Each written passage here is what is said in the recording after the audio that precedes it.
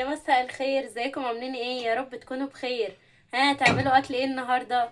انا النهارده كده هعمل شويه ملوخيه خضره كده، عظمه. وكفايه كده ملوخيه مجمده، وخلينا كده في الخضره كلها فوايد، وبيبقى طعمها زي العسل، واحلى كمان بكتير كتير عن الملوخيه المجمده اللي كلها ميه وما بتبقاش طعمها حلو خالص. انا كده بعشق الملوخيه الخضره، الملوخية كده اللي بتبقى لسه فريش احسن بكتير. وبشجع الناس اللي بتعمل ملوخية خضرة، بجد شاطرين. بلاش ملوخية مجمدة، ونعمل ملوخية الخضرة كده بتبقى طعمها زي العسل. هعمل جنبها ايه بقى؟ هعمل جنبها شوية رز ابيض. بنحب كده الملوخية الخضراء جنب شوية رز ابيض كده من غير شعرية، بتبقى اكلة جميلة وخفيفة ولذيذة في نفس الوقت، وحبة سلطة ونشكر ربنا. يبقى النهاردة اكلتنا النهاردة ملوخية خضراء ورز ابيض وشوية سلطة، وبألف هنا على قلوبكم. هعمل معاكم الرز الابيض، في ناس اكيد بتقول ان هو بيطلع معجن. انا هعمله معاكم بطريقة كده كلنا عارفينها، بس هيطلع مفلفل وحلو جدا. على النار هنزل كده بالزيت بتاعي معلقتين كبار. هسيب كده الزيت بتاعي يسخن، ومعايا الرز بتاعي. حابين تغسلوه، اغسلوه في الكوبايه دي، بجد جميله، اتكلمت عنها قبل كده. مجرباها كده وعجبتني، فقلت اوريها لكم واقول لكم ان هي جميله، وكمان سعرها حلو جدا. مش حابين تغسلوا الرز، يبقى اتاكدوا كده من نوع الرز اللي هي رزايه نظيفه وكويسه، وما تغسلوهاش عادي. فانا هنزل بالرز بتاعي على الزيت كده يكون سخن، عشان اول ما ينزل ياخد كده تشويحه.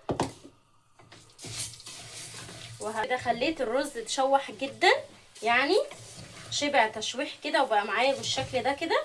هنزل كده بمكعب مرقة خضار عليه، وحبة شطة. انا بحط شطة للرز الابيض بس، مش ابو شعرية، بحط له حبة كده قليلين خالص. وكمان حبة ملح على الرز، وهدي تقليبه كده. وهنزل بالمية تكون بتغلي، اهم حاجة المية تكون بتغلي.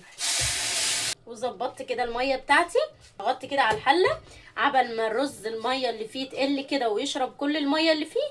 ههدي النار وهديله قلبه، وهسيبه لحد ما يستوي على نار هاديه جدا، عمره كده ما هيعجن معايا. ونروح كده نخرط الملوخيه لحد ما الرز يستوي. الرز بتاعي استوى كده وبقى زي الفل، رزايه واحده بوحدتها كده، وجميل جدا بجد. الرز ده عظمه جنب الملوخيه الخضراء. الميه كده معايا بتغلي بتاعه الملوخيه، هحط مكعب مرقه خضار كده على الميه، اظبط الملح بتاعي. ومعايا كده الملوخيه بعد ما خرطتها كده، هنزل كده اهم حاجه المرقه بتاعتي تكون بتغلي، وهدي النار وهديها تقليبه كده قد افك الكتل اللي فيها. بلاش نحطها على شوربه تكون بارده يا جماعه، لازم الشوربه تكون بتغلي كده، وانزل بيها على الملوخيه واديها غلوه، واروح طافيه النار عليها لحد ما اعمل لها الطشه بتاعتها.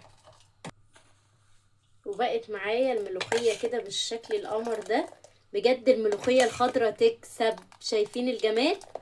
شايفين الحلاوه دي؟ كده لسه بقى هعمل لها الطشه بتاعتها. معايا كده الطاسه على النار، هنزل كده بمعلقه من الزيت كده على النار في الطاسه.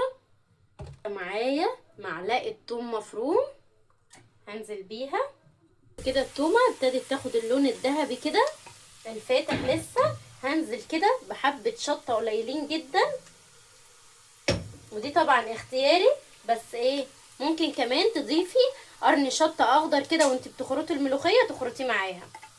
خدت اللون ده كده القمر ده، هنزل كده على الملوخيه بتاعتي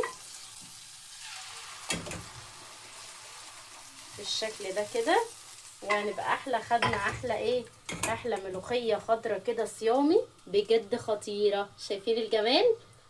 بصوا قمر. تبتدي تدي غلوه كده، هطفي عليها النار وبألف هنا وشفا.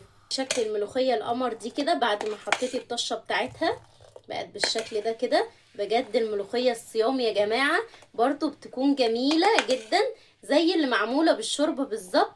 ودي اختياري طبعا، الشوربه المرق الدجاج اللي انا حطيتها شوربه خضار دي اختياري، بس بجد هتحلي طعمها وهتخليها كانها فطاري بالظبط.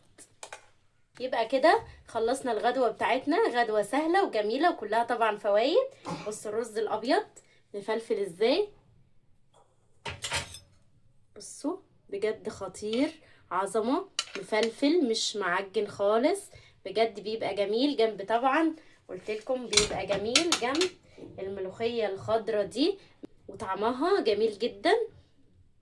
وكمان عايزة اقول لكم الطبق العظمة ده قنبلة فوايد حرفيا. عودوا نفسكم كده جنب كل اكلة تعملوا طبق سلطة زي كده، مفيد وحلو جدا للدايت وهيعجبكم قوي. بصوا بجد فيه كل الخضار، والخضار طبعا كله فوائد وجميل جنب طبق الرز الابيض، هيعجبكم جدا جدا. جربوا كده الرز الابيض لو مش بتحبوه، بجد لو جربتوه هيعجبكم جدا ومش هيطلع كمان معجن. شكرا ليكم.